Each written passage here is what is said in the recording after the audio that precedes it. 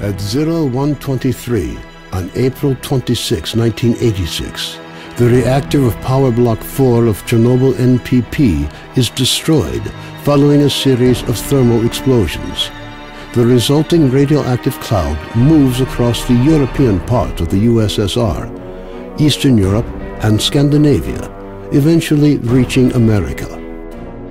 The consequences of the disaster are so serious that the government is forced to begin evacuating the residents of nearby towns and villages. A 30-kilometer exclusion zone is created to stop residents from returning to the contaminated area.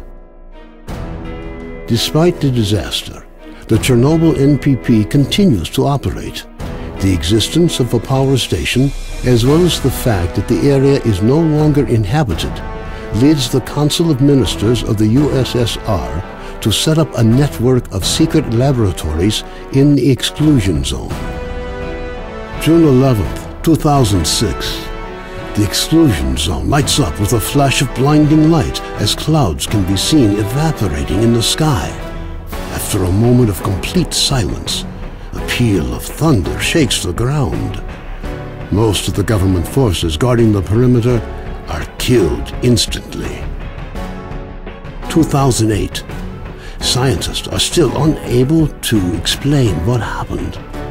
Rare expeditions into the zone usually end in tragedy, with survivors telling stories of mutated animals with incredible abilities roaming the area. According to various estimates, by 2010, the zone is home to between 1 and 300 unknown individuals. They call themselves stalkers and make their living by collecting anomalous formations known as artifacts, which they sell for considerable sums of money. 2011. Despite military cordons, the stalker phenomenon is growing in numbers.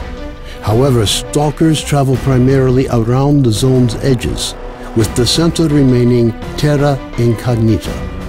The few attempts to penetrate deeper into the zone have all ended in failure. 2012. A stalker called S.T.A.L.K.E.R solves the secret of the brain scorcher, a man-made emitter that had blocked the way to the center of the zone for years. After the brain scorcher is disabled, all stalkers rush for the center of the zone. Some in hopes of finding a treasure trove of artifacts, others in search of the wish granter. The government decides to launch a large-scale military operation.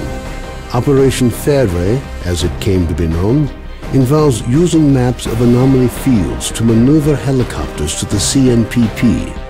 Despite meticulous preparation, the operation is a failure, and none of the helicopters return from the mission. Major Dektarev, a USS special agent, is sent into the zone to investigate the disappearance of the helicopters. Disguised as a stalker, equipped with a regular assault rifle, 2 weeks' worth of supplies, and a radio to communicate with HQ, the Major begins his journey towards the center of the zone.